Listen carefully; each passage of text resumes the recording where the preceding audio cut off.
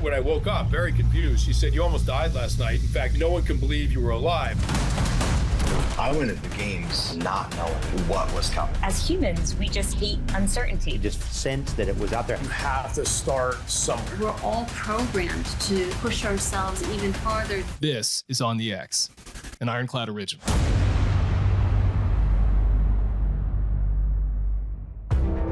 Welcome to On the X. My guest today is Sarah Robb O'Hagan, a powerhouse in business, performance, and leadership. She's a former president of Gatorade and Equinox, former CEO of EXOS, and has helped reshape iconic global brands like Nike and Virgin.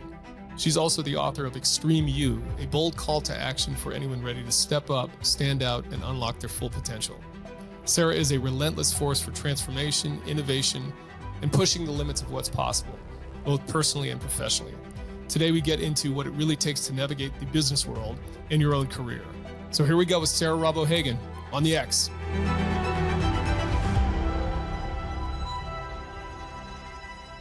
I've traveled a lot. I've been to like 40 plus countries, I think, 42 or something like that. Some through the military, some just vacationing, but a lot of travel. Been kind of all over the world.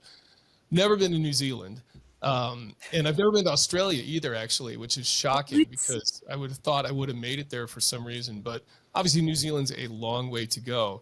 The question I want to ask is, did the Lord of the Rings ruin New Zealand? Did it like open up a big, you know what I'm saying? So I live in a town in Northwest Montana that when COVID happened, it blew it up and it put it on the map, and it really kind of changed it here. It's still an amazing place to live, but for people that have lived here 20, 30 years, it's way different now. Did the Lord of the Rings do that to New Zealand? So when the third movie came out, it was a trilogy, right? Third one?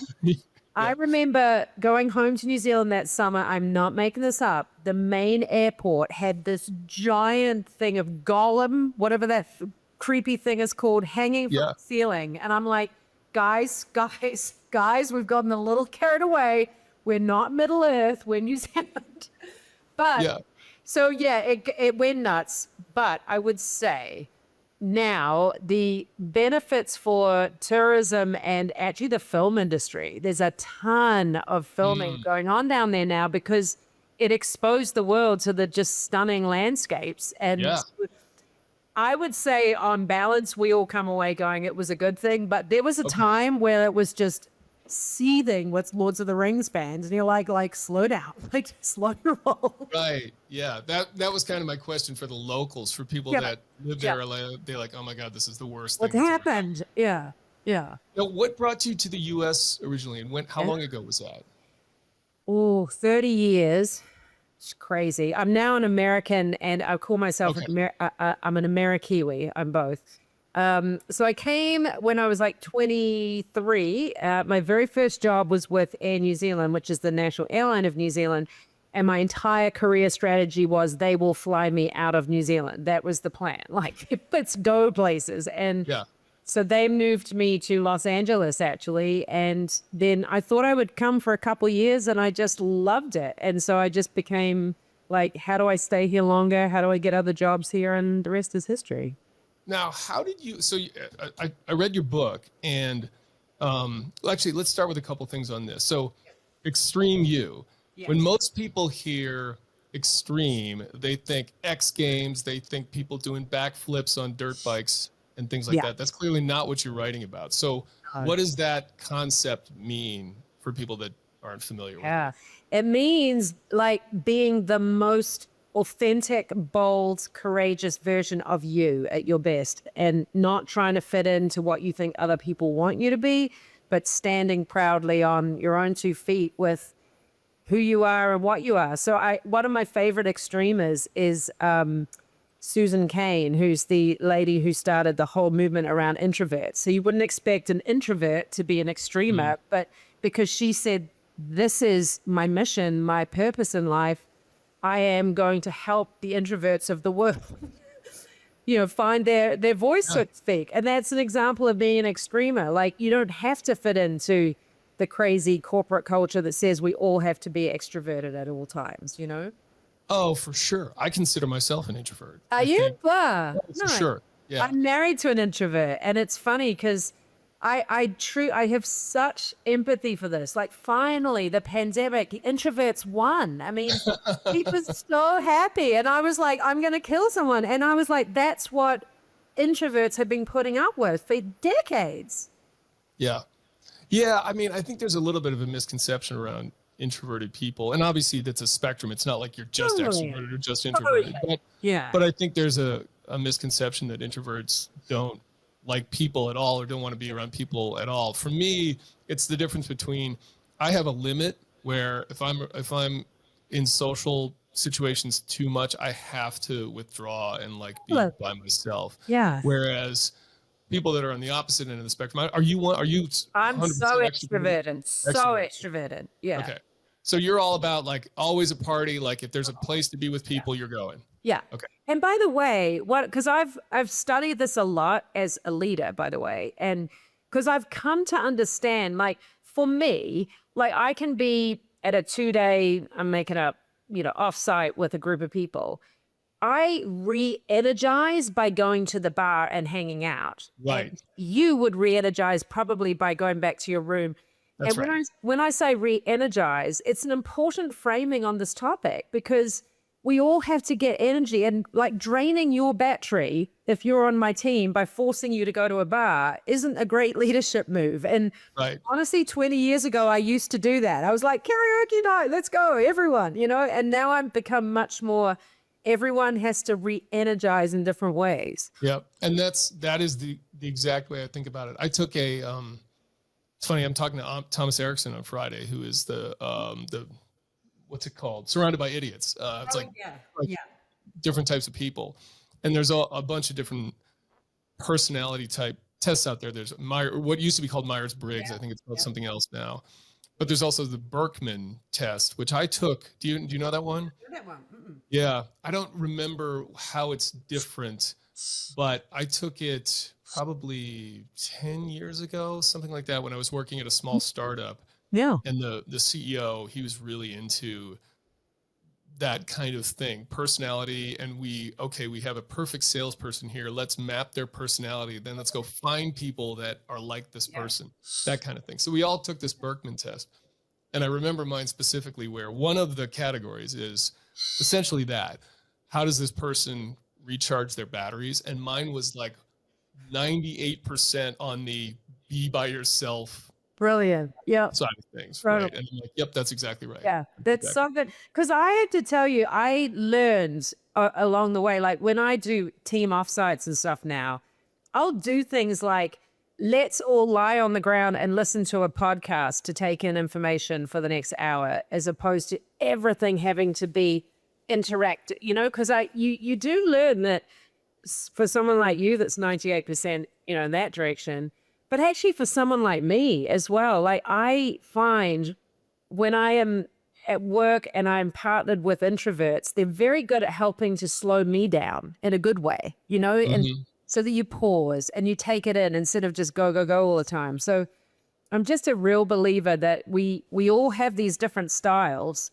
Let's like get the best out of each other, as opposed to, like I say, I feel like we've lived in an extroverted world for 30 years probably. I mean, corporate America, if you think about it, I genuinely think one of the reasons I had successes in my career was because I'm super comfortable socializing and presenting stages, and and that's not fair. Yeah, but it's interesting though. I think with the COVID stuff, it swung it so far into this sort of isolationism, isolated bucket, so to speak, or that side of the spectrum that I think everybody has to find a happy medium there. And I definitely find myself where I can get lonely, where it's like I work remotely. I do a lot of things via Zoom, and I have to kind of go out of my way to make sure I'm getting around other people. Like we just did a company offsite in Boulder. We got Nice. Yeah, it was cool. I've never spent any time in Boulder proper. I had a friend that lived there for a while, but what a cool town. It was really awesome. My daughter wants to go there for college, so I just recently visited. Oh, there you go. It's amazing. It's a dope town. It's very cool. But that was a lot of fun, having those couple days where we were basically together not 24/7, but all day long. Yeah. And it was really, really fun. And you're So- on to something so important, by the way. Like, this is what one of the topics I'm writing my next book about is there is a happy median. And we do have a young generation who are like, yay, I can sit at home all day. And Right. Yeah. it's like, no. We don't Yes. go that far. That's not going to help your own loneliness and isolation and mental health. No. We got to have a happy medium. Yeah, 100%. So sticking with your first book here, though, the extreme thing. So do you have people that like identify as extremers and talk to you in those terms? Yeah, I mean, I would say one of the great joys of writing the book was I went around and found people that I considered extremers, and I did all these kind of research interviews just because I was trying to get all walks of life, like, you know, from Bodie Miller, the downhill skier, to Mr. Cartoon, who's a tattoo artist. Oh yeah, that was cool. That guy. I've never heard of that guy, but that's a cool Amazing. story. Yeah. But what I loved was, to me, they're both extremers and could not be more different, and used very different language, but actually described the same ways in which they developed themselves. You know, that just blew my mind. I was like, how cool is that? That there's this restlessness to sort of, once you get really good at something, like Cartoon described it as, you know, I'm canvas of skin, and now I'm moving to different canvases because I want to get better at the next thing. And that was the same for Bodhi in terms of how he would push himself forward with I don't really care about what other people are doing. I'm caring about developing myself. And I just was like, that's so cool that it can happen in such different contexts. Yeah. By the way, I want a name as cool as Mr. Cartoon. That is a fantastic name. I wish I had a nickname that was that cool. Totally the best. So why was it so important for your journey then? Because you have a very interesting story in the sense that I talk to a lot of people that they're experts in a field, or they're a lot of entrepreneurial routes. Your journey seems to be one where you somehow got yourself in as an executive in these huge companies. Yeah. Seemingly almost like right off the bat. Yeah. And then just kind of kept, you know, from I can't remember the exact sequence, but right, it was, you know, Virgin and Nike and Gatorade and Flywheel. And so how was that important for your journey, and how did you do that too? That's pretty amazing. Yeah, it's funny, like my kids ask this question and their friends all the time in terms of when you're starting your career and, you know, thinking outwards. And it's funny, like it's easy to look back and go, like, sometimes I feel really lucky with my career. I feel like I was a actor that happened to pick the right scripts. Do you know what I mean? Because like I just happened to land in these extraordinary companies like you just named. And it wasn't like I set out necessarily to do that, but I would say I didn't rest on my laurels. And that's one thing I remember, which is in line with what I learned from a lot of these extremers, is every time I was in a role and I felt like I had mastered it, I'd get restless. Now, in some cases, like Nike would move me into the next role. So cool, I've got a new challenge to take. But in the example of when I left Nike, like I was about to take a new role with them, and they just took forever in the HR process to make it happen. Meantime, a call comes in from the outside to join this big Gatorade challenge. And I'm like, that's a challenge that will stretch me in way beyond. And I took it. And I think a lot of it is the willingness. Like I knew when I left Nike, which was literally my dream company, my dream job. I was so happy. Everything about it was everything I'd ever dreamed of. And I remember leaving saying, Gatorade will be the best thing or the worst thing that ever happened to my career. There's no middle ground. It's either going to be a complete disaster or it's going to propel me to the next level. But I was willing to take that bet. And I think that's kind of been the way it's been all along for me. I guess I am willing to take the bet because I'm like, I'll bet on myself to see if I can make something of this. How did you first get your way in there, though? Yeah. Because and I asked that for people out there that are Yeah. obviously trying, like, is it replicatable? Yeah. Can somebody else do what you did? Yes, it is. And it takes a lot of persistence. So I'll give you a quick overview. So Nike, I had dreamed of working for Nike since I was studying marketing and Michael Jordan in 1989. Like that was my dream. But I'm like, I tried 3 different times going through interview processes, getting rejected. Like one actually was with the local office in Australia of Nike. And this guy, Brent Scrimshaw, who today is a very, very dear friend, I'm like, you rejected me. You rejected me. Like, but you don't take no for an answer. So you got to go, where's the next door I'm going to knock on, right? And I would say in every instance, like similar when I made the leap to go to Virgin, I really wanted to work for Richard Branson's company. I mean, I went on a conference because I saw that chief marketing officer of Virgin would be at it and figured out how to be at the bar when she was at the bar. Ah, nice. So, and when your question is it replicable?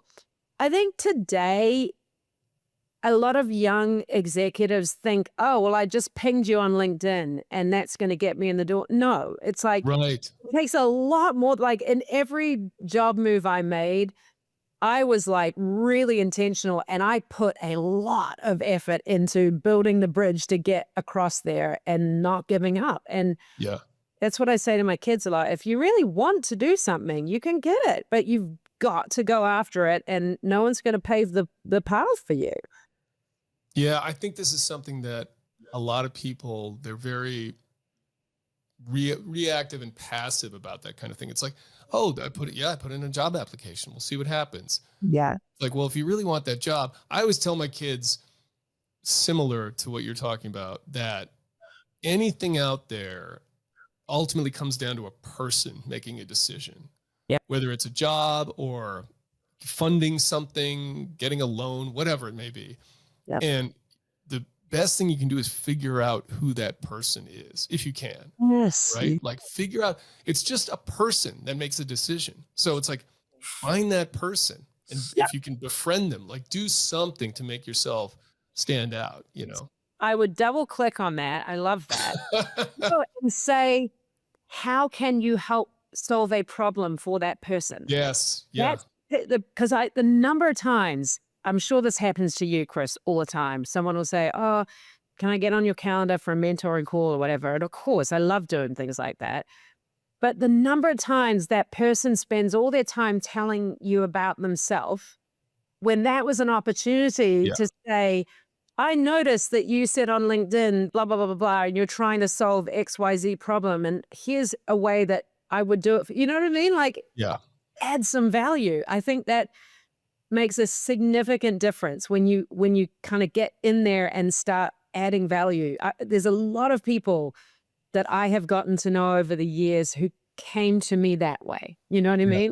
Because I'm so impressed with them. Totally. It reflects, a couple of weeks ago, I spoke to Maha Abu Al-Nain. Do you know her?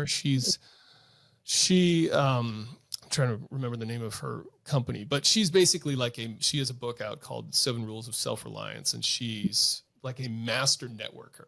Like her superpower is she can just go into a room, get 4,000 business cards, but like establish a relationship with every single one of these people. And it's the same idea. It's like, because she was talking about how you cold DM somebody and she'll get a response a lot of times. And I said, how do you do that? Because I get, exactly what you're talking about. I'll get tons of like cold DMs or whatever, or emails, and you're just like delete. And it's like, what? And it is about keep it short, keep it succinct, but have some kind of legitimate value for that person. And it's not always going to work, obviously, but No, but I agree. It's like, and the other thing, I'm curious what she would have said, because I do tend to think quality over quantity. Like and reflected on, my dad he ran a small business in New Zealand, like exporting New Zealand beef and lamb around the world. And in those days, he was the CEO. If someone wanted to get to the CEO, you couldn't. Like there was no LinkedIn, and the secretary would have said, no. And there was you you're or lucky. me or whoever, like the biggest Tim Cook, people can DM them left, right, and center. But I'm like, quality over quantity. Like, I think about when I tried to get mentoring conversations in my first companies with senior executives, and I would put so much time and effort into the ask, what I wanted to get out of that Hmm. 15 minutes, like, and just get real meaningful depth out of it, as opposed to, I kind of think all these tools like social media, people think, well, I've just spammed 100 inboxes, I'm making progress. Well, are you? Yeah, right. Know? Right. Yeah. Yeah. I think that that's a really common kind of fallacy about even the sales world is exactly your point. It's like, hey, did you make 100? Look, I fell into this trap when I was running actually, we have this a little bit in common. Your company's a lot bigger, but I ran a beverage company, like a healthy recovery beverage company for about 5 years, but fell into this trap of, hey, we measure success by the number of sales calls we make every day.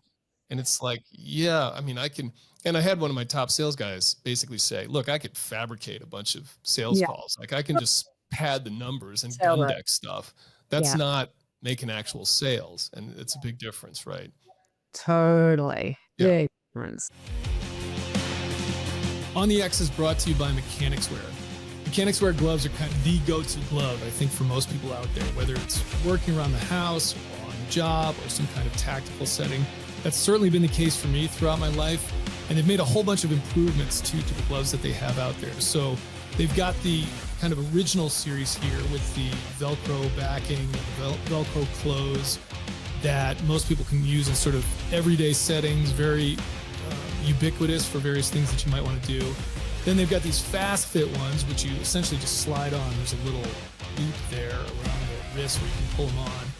And then they've got the Impact series, which has a reinforced backing to protect your knuckles.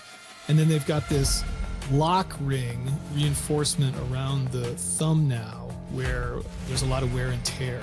There's a whole bunch of other improvements to these. And if you go to their website, they literally have a 5 to 7 minute video about each one of these sets of gloves and all the improvements they've made, from the material, reducing the seams, making them more reinforced, making them more moisture wicking. It's clear that they put a lot of care and attention into their gloves. And if you listen to the guy talk on the website, they really love gloves. And I think that that comes out in everything they do. When I'm going out to a hardware store and I'm looking for some gloves, I almost look at everything else as just kind of a cheap knockoff. So definitely my go-to glove, highly recommended. Mechanics Wear gloves, they're available at most retailers on mechanicswear.com and GSA Advantage, and they're proud to offer an exclusive 15% off discount through the ID.me program to military veterans and first responders. So check them out.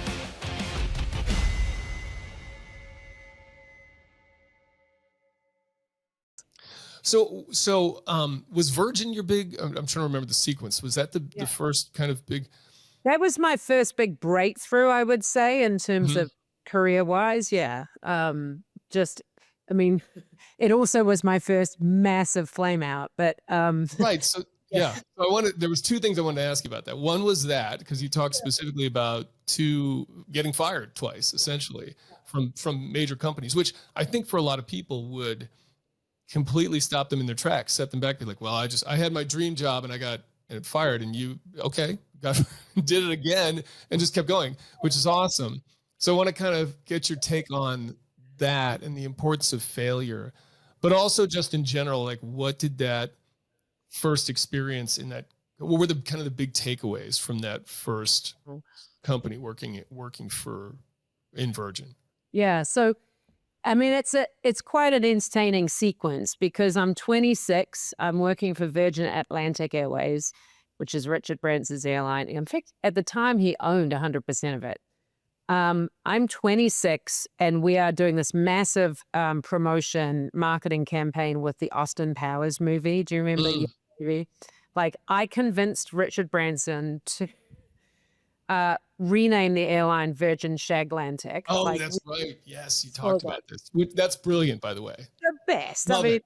I did the convincing, but my dear friend Mark Darcy came up with the line. To this day. It's the best. Fantastic. Yep. So we are partying with Richard at the Cannes Film Festival at the age of 26. Chris, who does that? We're from New Yeah, Zealand. that's awesome.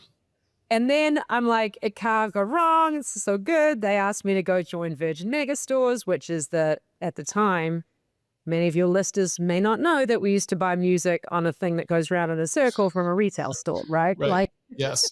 But actually, you go far back, there was a big thing that on a circle that, you stuck a needle on originally. And then and then it was a square thing that had like two little things you would unspool, and you had to use a pencil and spin that back. Yeah. And then, and then a smaller circular thing that. That's right. Yeah, those were the days. So I joined Virgin Megastores the same year that Napster was invented, which, by the way, is, I actually think, the sort of original business disruption story, if you think about it. Oh, for sure. Yep. So the company is in massive crisis because suddenly music is given away for free. And I'm like waltzing in going, oh, I've been partying with Richard. I've got all the answers. I was so arrogant. And I had a lot of good ideas, big ideas, but they were so poorly timed for a company in crisis. And I was just a rabble rouser. I was like, the person at the cooler, the water cooler that was creating, problems, not solutions. And then it was only a year into my time when I come into the office and the HR lady is sitting there. You always know this is not going to be good. Right. They gave me a one-way ticket back to New Zealand. Because I lost my green card application, which they were sponsoring my visa. So I get 1 week of severance and a one-way ticket back to New Zealand. One week of yeah. severance? It was like, you are so bad, we do not want you in our company. Oh, wow. Like, go. And honestly, you asked what is the learning? And I think this is probably very relevant for people of all walks of life. This isn't just a business learning. It's a personal growth learning. And that is, I was mortified. I was ashamed. I was embarrassed. I didn't want to. I did the walk of shame out of the office with my box. Everyone's laughing at you. And then you don't want to see anyone. I remember I was 27, I think. I couldn't even admit to my parents that this had happened. I was so embarrassed. But I was determined to stay in this country. And I was like, holy shit, I've got 3 months to not get deported. But what I would say, initially, my mental position was, well, it was a crappy company. They were terrible leaders, fire guns everywhere else.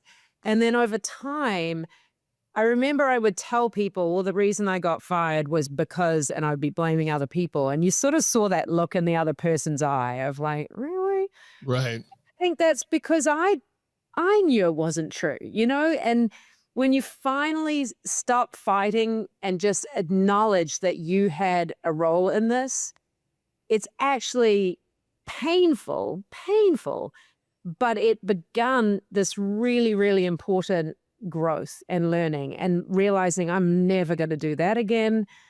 And I just think it just filled me with a huge dose of humility, which I badly needed. And I think it's also empowering to say, I am the reason this happened, because then you can do something about it, And I would also say, because when I finally got my first job at Nike, which, by the way, I had taken a pay downgrade, a level downgrade, I just got in the door.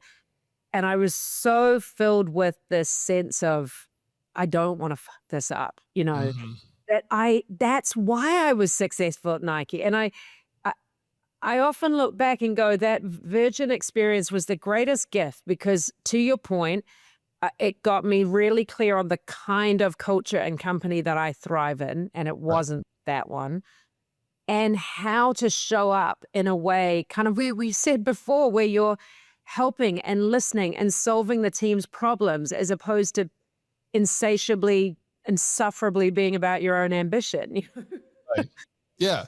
So how did you turn that around? Because, a lot of people, if that happens to them, I don't know, you're applying to the next job. They're going to go, hey, can I get a reference from your previous job? And if it didn't work out well, Yeah. how did that work? It's funny because I think that also goes back to, I remember interviewing, it took me a long time to get over the self-confidence hit, but I can remember interviewing for my next job, and I was able to articulate, hey, this didn't go the way I had hoped, and here's what I learned from it, which I actually think is super disarming to the person interviewing you, Right. you know? And even though I'm like, the words are coming out of my mouth and I'm like, oh, I'm not going to get this job, I think it helped me get the job. And to your point about the references, like one of my dearest friends who's now got, to your point, gone on to enormous levels in the corporate world, he was a reference for me, and I told him to be honest, you know, and he actually, to this day, he thinks I'm too hard on myself on what went down. But I think he was the kind of guy that could help frame for them, she didn't get this bit right, but by the way, she's really good at these things, and she'll be way higher, you know? Yeah. I think that's so, the point you make there about being honest and just being forthright about something, being disarming, Yeah. I think is so right. And I think it's so missing these days. It seems like we just want to push back, not my fault. And I agree with you. I think it's the opposite. If someone's like, hey, so I see you got fired from this last job and whatever, and if you just say, yep, and I learned a lot, and here's what I did wrong, there's kind of no follow-up question on that. It's like, oh, okay. I auditioned for you, Chris, on that, given your amazing background. No, because I have often wondered, because so many people have said to me what you said, why were you able to do that? And I'm like, okay. So what I love about the United States of America is we expect to win. We don't just play to win, we expect to win, right? You said it before. You're like, if I'm going out there, I'm going to crush this. And I love that. What I also love about New Zealand is we have such low expectations. Like if we get a bronze medal at the Olympics, we have a ticker tape parade. You know what I mean? So I've often thought, did I have the underdog advantage of like, is it more naturally wired that it's more acceptable in my home culture to get things wrong and to come back from them? I've often wondered, is that something in American culture? Like we never want to lose that incredible winning culture. I love it. But how do we also have that it's okay when things don't go right? I mean, what you would say. Yeah, that's a great question in terms of the cultural implication or the cultural backbone or backing of that, right? I don't know. I think there probably is some truth to that. I know that I read, I can't remember which book it was in, but it's one of the books that I've read for one of the podcast interviews. They were talking about, to your point, Olympic medals specifically.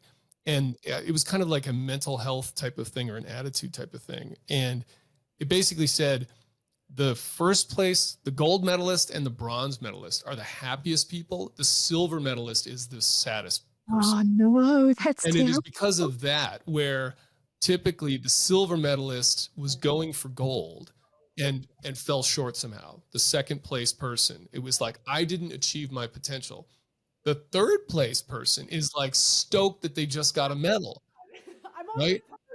So on some level, they're even happier than the first place person, which I think is so interesting. And I'd never really thought about that, but it totally makes sense. And I've talked to people. I talked to Matt Frazier, who won the CrossFit Games like 5 times. But before he did that, he came in second twice. And the like most depressed he ever was, well, maybe that's not exactly true, but certainly in our conversation, his mental state after the second time he came in second place was super low. Yeah. For that exact reason. He expected to win. He didn't win again. Yep. And he was hanging out with another games athlete who had never podiumed. And the guy was like, what are you doing? He's like, you just achieved what would be a dream come true for me. Like, will you get over yourself? Yeah. And it was kind of a light bulb moment for him where he was like, yeah, you're right. Yeah. I gotta turn my attitude around. Which So is honestly the world's biggest life lesson, expectations and reality. Like if your expectations are in line, and maybe that's it. I never expected, I come from a sheep infested island in the South Pacific. I never expected to get any of these things. So every time I did, I'm like stoked. Whereas if yeah, you went to your job interview or whatever, and you expect that you're going to get all these things, and maybe then it's so disappointing when you fall short. I don't yeah, know. that's a good point. But you got Um, to aim high though, you know? for Yeah. sure, for sure. Yeah, I don't know. I'd have to think a little bit more about the cultural implications there. Some other questions about some of your other jobs. So one of them is regarding Gatorade. So Yeah. because you have this story in the book about basically Gatorade sales were down. It wasn't performing where there's a lot of competitive. And this is, by the way, this is the beverage space that I worked in for a little Yeah, bit. Again, on a much lower level, but like a startup beverage, very Yeah. popular in the CrossFit space at the time, called Killcliff, and still around. But you came in and you had this turnaround where you had to kind of rebrand, and I think it was G2, right? And G series. G series. Okay. How, because I think this is a struggle for a lot of companies and brands out there where things are stagnant. They're not like performing again. Maybe they had a big upshot at the beginning and now it's flat or it's going down a little bit. And they're trying to figure out, how do we rebrand? How do we do something different? How do we refresh? What's your advice there? Like, what was the system or like the thinking you had in that turnaround of the brand?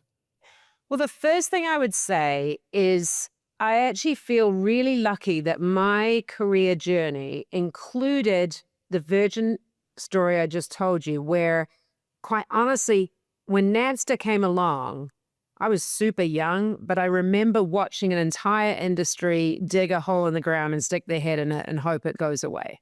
You know what I mean? Like talk about no wonder music retail has gone away. Like actually Tower Records should have become Spotify if you think about it, but they were just so hanging on to the past.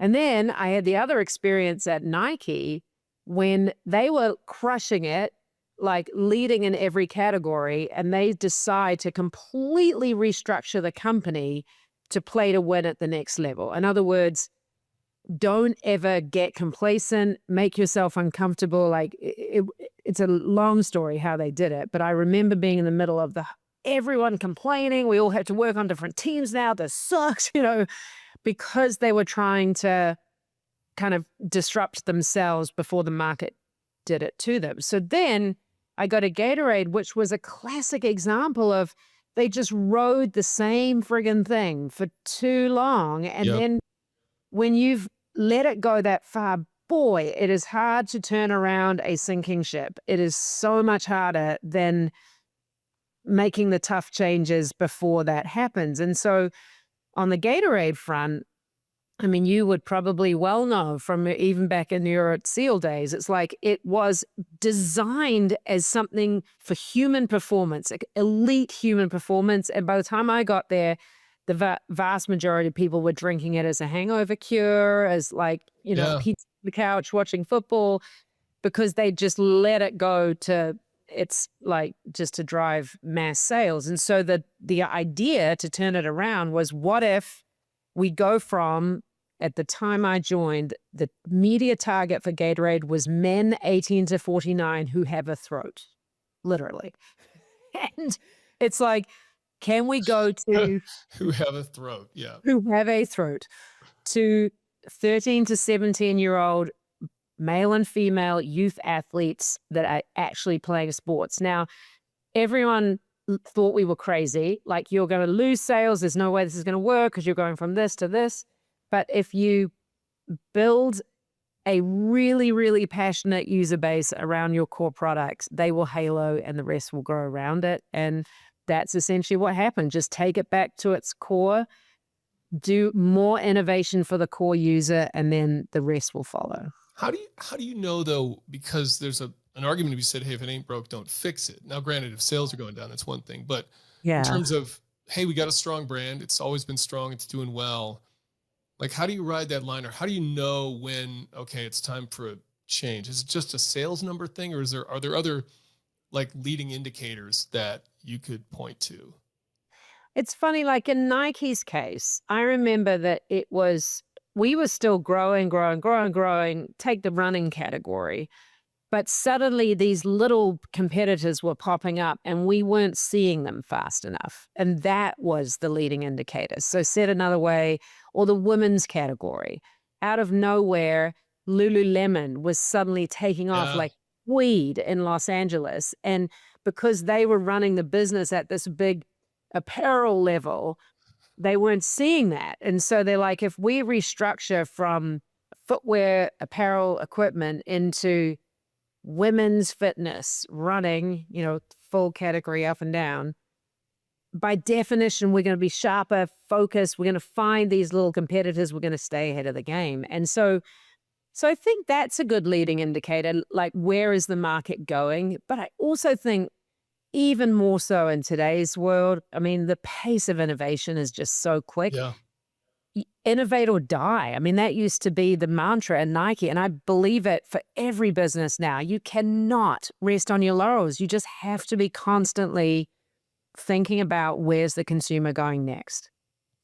What's your take on influencers and paid influencers specifically for a brand? Because I have my own opinions on this based on my limited experience. And I was actually talking to a guy at a similar company yesterday about this, but I'm curious your take on the effectiveness of that and how you manage it. I can tell this is a big topic for you based on your facial expressions. Heated debates at our dinner table with my kids about this. So first of all, let's take a step back. I actually think before the world of social media, the smartest brands in the world didn't call it influencers, but understood influencers. So said another way, like Nike, the CEO of Nike, he knew the top 100 sneaker collectors in the world personally. You know what I mean? That was way before we had such a thing as influencers.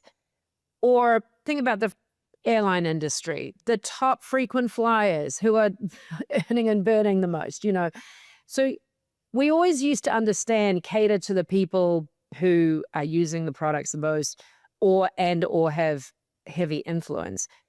Where I think it's gone a little bit, it's lost its way, is the paid model. I think it's a necessary evil now just because they have so much reach relative to sort of more mass channels. But I always believe that a brand, a business will do so much better if people want to use it and they tell people about it because they believe in the product, not because they were paid to do so. And you've got to hold yourself to that bar. Like, as an example, Gatorade. Like, if Peyton Manning's only consuming Gatorade because we're paying him to use it, we're not like doing the right job for everyone to want to use Gatorade. Like, so I kind of have that bar in mind, is like an influencer should be coming to you wanting to work with you as opposed to, oh God, it's just like money, Yeah. How do you numerically manage it, though, in terms of figuring out the right number? Because this is something that I think we suffered from at that company. Was we went out and got a ton of athletes because it was like in the space, and that all came from a good place. But I think we got to the point where we realized we can't manage all these people. We can't activate them. And you also, this is what I was talking about yesterday with this guy, was I think going into it, not knowing anything about this, like we were just learning on the go, as one does in a startup company. It was like, oh yeah, we just give them some money every month and they create content and it's awesome. And it's like, no, you got to kind of pull it out of them in a lot of ways. They don't. Yeah. And I would get pissed off about that. Like, why aren't they doing this? And we had another guy at the company who was just like, you got to activate them. And he was right. It was like, you have to, there has to be you have to give them stuff. You have to tee up content for them. And, and so if I were to redo that, I think we would have gotten way fewer athletes. To your point, quality over quantity. Quality. Right. Yep. Find people that are really passionate about the product, Yep. that really want to talk about it and work with that small kind of bevy of folks rather than an inch deep and a mile wide kind of thing. Because I'll give you another example, Chris. You must be familiar with Strava. Yes. Yep. Yeah. I was on the board of Strava for many years. It's a company I just have such admiration for. But you would be shocked that they have grown that platform to it's hundreds of millions of users now with no paid media and no influencers. And why is that? Because Lance Armstrong wanted to be on that platform to use it. Yeah. Yeah. If it's that good. Right. If it's that good. Now, I'm not saying obviously that works for everyone, but I just think always hold yourself to the highest possible standard. Like even I remember when we were competing with Peloton, same thing. They would never give their bikes away at Equinox. We would never give a membership away to, models or whatever. You could have, but we didn't because if you're holding it a higher standard, by definition, I think it just creates more want for the product. But so I would definitely say quality, not quantity to you. Yeah, for sure. It's just one of those, it was such a big lesson learned for me in terms of Totally. that thing too. And not feeling like you have to chase, you can have pie in the sky athletes, but it might not be the right person for your brand. And it's okay to have like a smaller, whatever, like a lower level influencer or athlete that is really passionate about you, that's niche. And it's like, great, don't try to be everything to everyone and get the... Totally. Yeah. Totally. Yeah. No, I'm with you. I'm pretty sure when you're kind of wrapping up this book or when you wrote this book, you were running Flywheel. And yes. I'm just curious what, this may be a painful subject, but I'm curious what happened with Flywheel because again, my experience with this was there was a time where we were very popular in CrossFit. That was like bread and butter. We sort of grew up with them, but then it was like, okay, let's try to get like entity workout things. And so I spent all this time going around New York City and going to Soul Cycle and Barry's Boot Camp and Flywheel and all these things trying to get us into these places, which meant I was also doing like 3 or 4 workouts a day, which was fun. But I really liked that way. I really liked Flywheel. I mean, I enjoyed it a lot. I had a buddy he was a CrossFit coach. I think he owned a gym or multiple gyms, and he was a Flywheel instructor, and it was like really fun. And so like what happened with Flywheel? Like where did it... Flywheel, the original founders just created something awesome. It really was awesome. And it was very different to Soul Cycle. It was for people. Yes, it was. It was for people who compete. It was for people. It was awesome. But what I would say happened to Flywheel and Soul Cycle to a large degree is Peloton came along. And it's when I took over as the CEO at Flywheel, and I'll never forget, it was 2017. The business was doing okay. It was just, doing its thing. And then that holiday season, I believe Peloton sold something like 250,000 bikes. Like it was their breakout season where it went from being this niche thing to suddenly. And literally, Chris, the first week of January, our most loyal riders gone. Oh, wow. Yeah. It was literally like Blockbuster to Netflix. Do you know what I mean? It was that. Yeah. That. Did that coincide with COVID at all though? Or was it? It did. Exactly. And then COVID just exacerbated it. Yeah. That was, and it's funny because I think pretty much, I have conversations with people like you all the time who loved Flywheel, and we all go, I'm back. It should exist. And sadly, there was room in the world for both of them. But because of COVID, I just think it all went so far the other way that they could not possibly, their entire business got destroyed. And so it ended up filing for bankruptcy. But I don't know, someone should get that brand and bring it back from the dead. It was awesome. Yeah. But so to the point about kind of Gatorade and innovation though, was that somewhat of failure to innovate and see that hole in the market? Yeah. And I would say that Peloton definitely, innovated with this new use case. But Flywheel, there was a way to compete with Peloton on Flywheel's terms and do it differently. Like I think they should have we should have, priced it differently, distributed it differently, instead of trying to go head to head with something that was funded with hundreds of millions of dollars of capital, which you're never going to win. Right. Compete in a different context that's stronger for Peloton. And it's a little bit like Gatorade. It's like we originally were getting our lunch cut by vitamin water. Like if we tried to eat with vitamin water, we would have failed. But by going back and playing to our strengths, we sort of got the market back onto our terms, if that makes sense. So that's the thing I think about with Flywheel. What could we have done to not go head to head with someone who was stronger in their zone than us? The vitamin water. I remember vitamin water was like our pie in the sky acquisition story, right? And I can't remember, if memory serves, it was something like a 32x valuation buyout, something bananas like that, where they were whatever they were, and they sold for like $4 billion or something. It was like, oh my God. Those were the days. It was nuts. Yeah. So talk a little bit, talk a lot about EXOS and what you're still at EXOS, yes?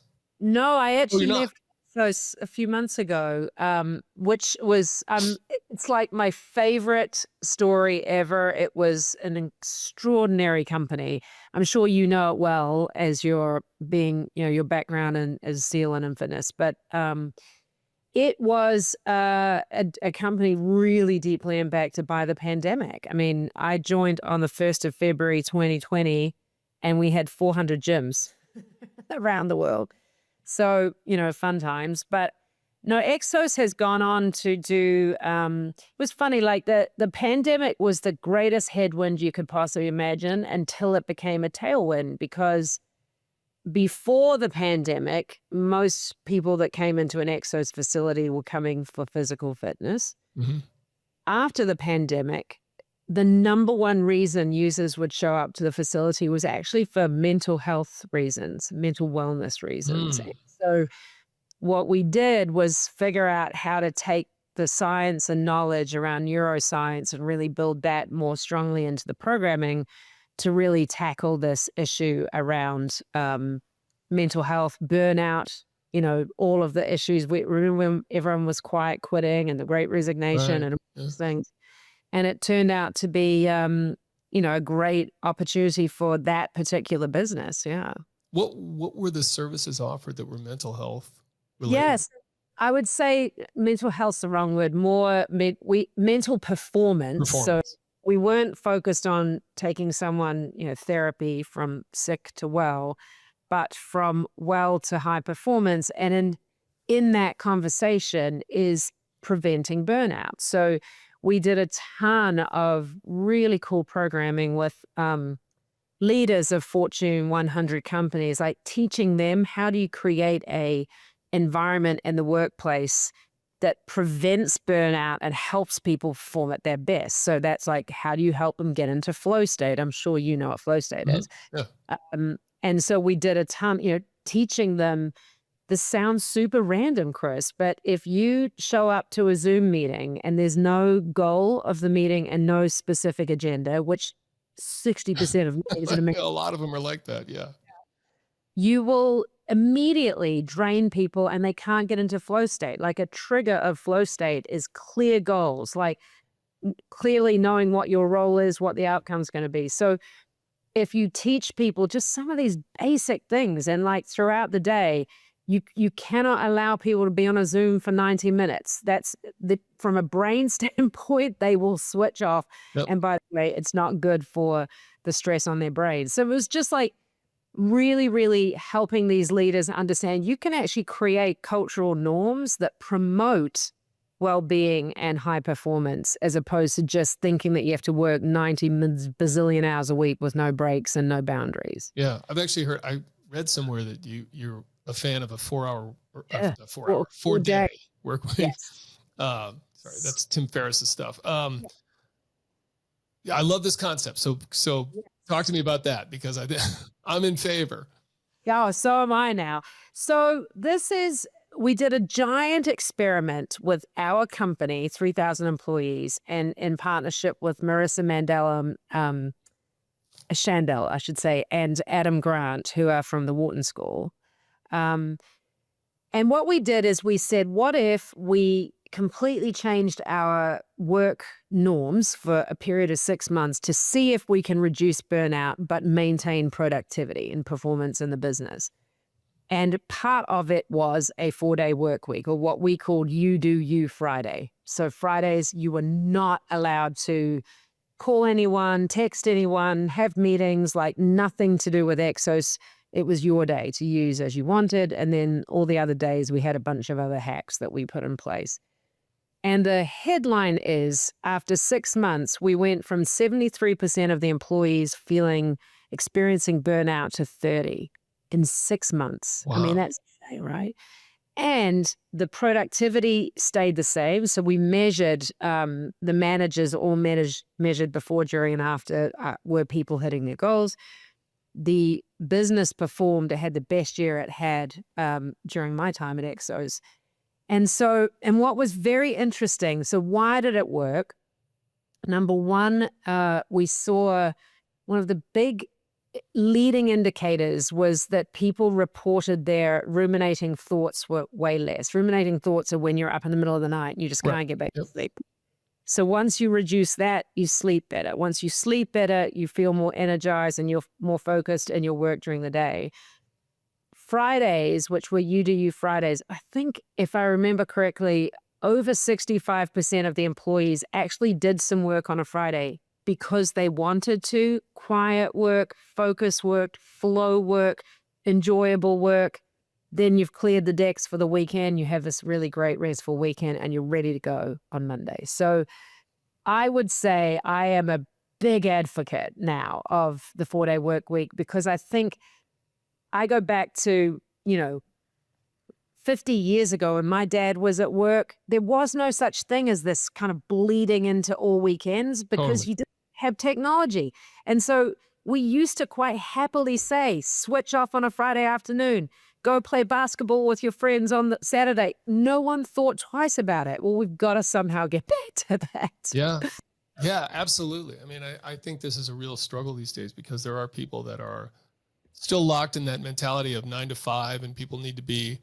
And the reality is, to the point you're making and the experiment that you ran, there's a lot of inefficiency in there. Even if someone's sitting at their desk all day long, there's time they're just not doing anything. They're zoned out. They're in some Zoom call that's not helping anybody. And you can be a lot more efficient if you're focused and actually, focused energy on something. And I think that that's a really critical thing. And yeah, it just feels like I long for the days where it used to be like that, where I would go home and I had no access to work computers, my work, nothing. It was like when I was home, I was incapable of working, I guess, unless someone called me or something. But even then we had work phones, like it just was completely different. Use the work phone. And also we drew the parallel actually to athletes, and I'm curious, as a Navy SEAL, I bet you didn't try and do your job for 12 hours without a break. Like athletes, you don't expect them to extend the time of an NFL game and have the athletes still playing well at the end, do you? You know? Right. Yeah. Yeah. I mean, this day and age, I almost feel like you just have to completely take the reins off and be like, here are the goals. We need the objectives. It needs to be done by this date. How you get there, I don't care. I don't care when it is. I don't, there's a company I know too that is experimenting with, and I don't know what the success is, but sort of a sprint rest model where I think they go 3 weeks, where it's basically you're working for 3 weeks, not all day, but it's sort of like during these 3 weeks you work, and then the last week of the month is off. You're just I love it. Love it. And you have to unplug. It's like you're not allowed to then dabble, and it's like you got to completely unplug that, which is an interesting concept too. So I really believe this is going to become the norm. It's so funny because I've had a lot of conversations with CEOs of giant companies, and they're like, we would never do that. And I'm like, right. It's just kind you of, wait. It's coming. And it is kind of old school, stodgy thinking. Yeah. Yeah. Totally. So I'm sorry. So if you're not at Exos, what are you doing now? I don't even know. Yeah. So actually, I took some time out. I'm halfway through writing another book, which is actually on a lot of these topics of like, I am trying to figure out how to help our younger generation employees not sort of choose to opt out of really focused hard work, and in fact opt in, but in the way that really lights you up, gets you on fire as opposed to burning out. So there's a lot of stuff in it around the importance of teams, being on amazing teams, contributing to teams, as opposed to being kind of self-centered, which is, I think, a lot of the way the world is framed to them these days. So I'm that's what I've taken some time out to do. Yeah, just working on that. Well, and I'm doing consulting and board work. Of course. Yeah. You have a working title for this book? I do, but I'm not sure. Not at liberty to disclose at this point. Sure if we're keeping it or not. There's multiple opinions on the title. What about I know we're on time here, and I gotta let you go, but I guess the last thing would be, how do you know, absent getting fired, how do you know when to kind of move on? Because you again have had these big roles where you've moved on, and again, going back to decades ago, that used to be really frowned upon. It's like, oh, this person can't hold a job, and they bounce all over the place. Yeah. But nowadays, I don't think it's viewed that way at all. I don't know what the average life cycle for someone at a company, but it's pretty low. It's only like a couple of years at this point. So it is. Yeah. Yeah. Is there a specific sign you look for, or to decide to change career? I mean, locations? kind of what you said before about there has to be a happy medium. I actually worry that, because they're predicting, I think my generation, on average had maybe 5 to 10 roles in their career. They're projecting that Gen Z will be like 20, in terms of different companies. But I would say, so the answer to me was always about personal growth. Like when I just got bored was typically when I wanted a new challenge, and I was like, I've got to go find it myself. But I also would say sometimes I was too, I moved too quickly, and I didn't have the patience that I should have had to get the learnings. Like I think sometimes even in crappy situations and tough cultures, actually sticking it out, you are learning and growing and getting skills as you do that. So I think it's actually one of the topics I'm thinking about in my book is how to know the answer to that. And also I think critically important skill for the next generation is going to be how you very adeptly onboard into new teams, because it's going to help you a lot. Yeah, for sure. Any last things that we didn't cover that you think were critical from your content and storied career path? You covered all the great stuff. I mean, the only thing I wanted to say was how stoked I am to be on this podcast. Wow. I love it. And, I love what you're doing. I was looking at some of the people you've been speaking to going, oh my God, my friend David Epstein. He was great. Yeah. I love him.